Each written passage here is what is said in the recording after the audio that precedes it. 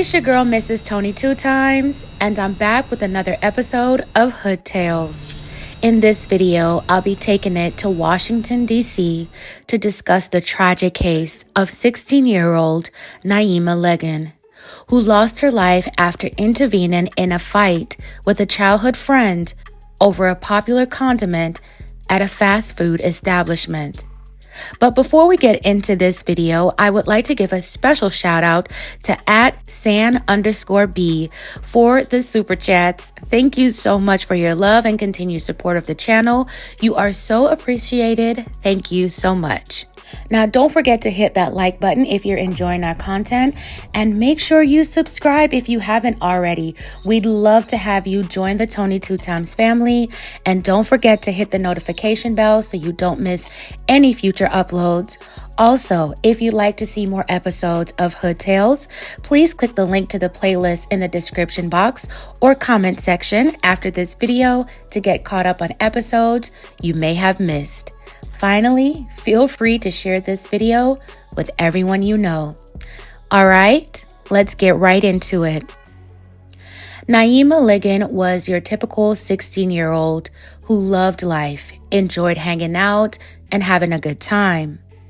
In August 2023, Naima was about to start her junior year at Thomas Stone High School in Waldorf, Maryland. Naima, a Waldorf native, was loved and admired by so many people. She was beautiful on the inside and out. She was smart, funny, and a unique young lady who loved music and basketball and attending church. She started to think about college and was learning how to drive to get her license. Naima had even recently got hired as a donut specialist at Krispy Kreme, not too far from her home.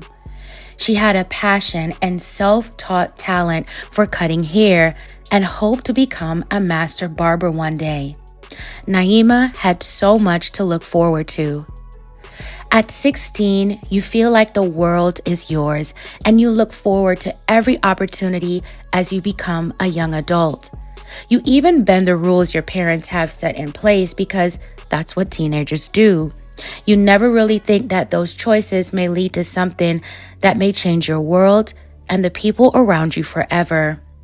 Some teenagers think their parents are too tough and overreact to things they deem as minor in their world. And sadly, by the time they realize why certain rules and regulations are set in place, it's too late. For Naima and 4 friends, things took a turn when they were out later than maybe they should have been one weekend in August 2023. After going to the Birchwood Recreation Center in Oxon Hill, Maryland, the crew headed to a party on 15th Street Northwest in Washington, D.C. After leaving the party, they went to McDonald's on the corner of 14th Street and U Street in Northwest D.C. They grabbed their food and got back into the car. While in the car, a fight broke out in the back seat when 2 of the 4 girls with Naima got into it over sweet and sour sauce. A 16-year-old girl asked another girl for the sauce and snatched the sauce out of the other girl's hand and jokingly called the other girl the B word. But it wasn't taken as a joke, and they began to fight. The fight spilled out onto the sidewalk in front of the restaurant. Naima tried to intervene between the 2 girls fighting and even tried to break it up. During the tussle, the 16-year-old girl pulled out a 7.5-inch blade and wounded Naima in the abdomen. Naima and the other girl retreated to the car. As Naima is about to sit in the car, she is struck again in the chest by the 16-year-old who had the blade. 2 other girls and the driver of the car drove off, leaving the girl with the blade at the scene, and rushed Naima to Howard University Hospital. Police were called to the hospital at around 2:10 a.m.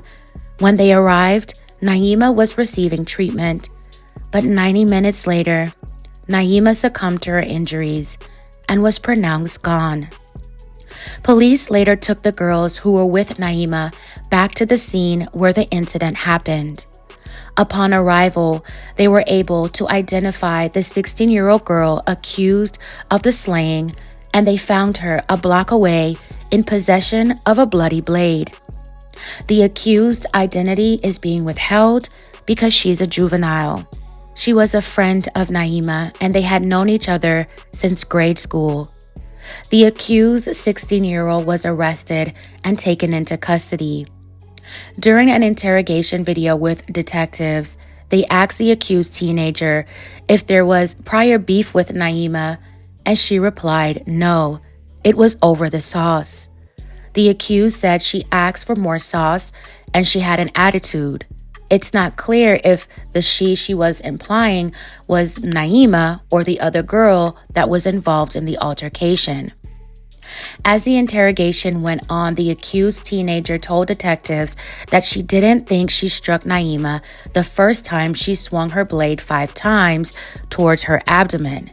However, surveillance shows as Naima and the other girl retreated toward the car, the 16-year-old who had the blade grabbed Naima's arm, turned her around, and punctured her in the chest.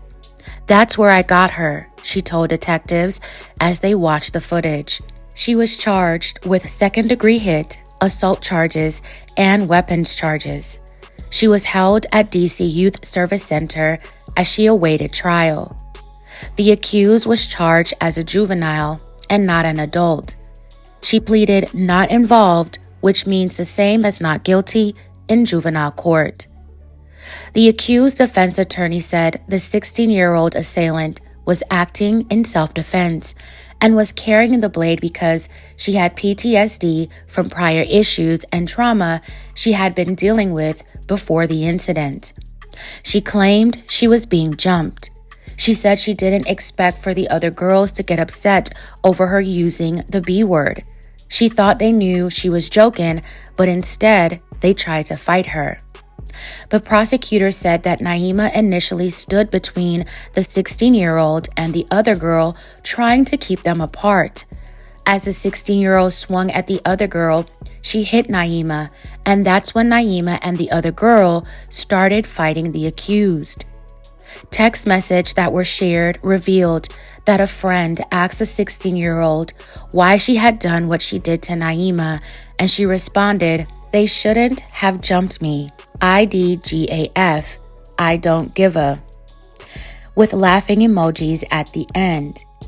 It was also reported that the defendant had shared photos of the brutally messy scene on social media after the incident. In December of 2023, the 16-year-old accused of slaying Naima took a plea deal to a lesser charge of voluntary manslaughter. On January 31st, 2024, the accused teenager was sentenced to juvenile life and will be released on her 21st birthday. Before sentencing, the judge ordered the defendant to be psychologically evaluated. The teenager apologized to Naima's family in court and expressed she thinks of the memories she and Naima would share. Naima's family and friends gave victim impact statements and lamented on how senseless it was for their beloved Naima to lose her life in such a tragic way. Naima's parents accepted the verdict and sentencing, but said it wasn't enough, but hopes that their daughter's former friend can be rehabilitated before her release in about 5.5 years. Naima's family plans to keep her legacy going. May Naima continue to rest in peace. My belated condolences to her family and loved ones. Her slaying shocked a lot of people who knew her, especially under their circumstances. Naima was known as a communal person. She loved people and was a great friend and overall person. Described as very kind and sweet by those who knew her. When this first happened, the media sensationalized Naima's slaying into something so trivial like an argument over sweet and sour sauce.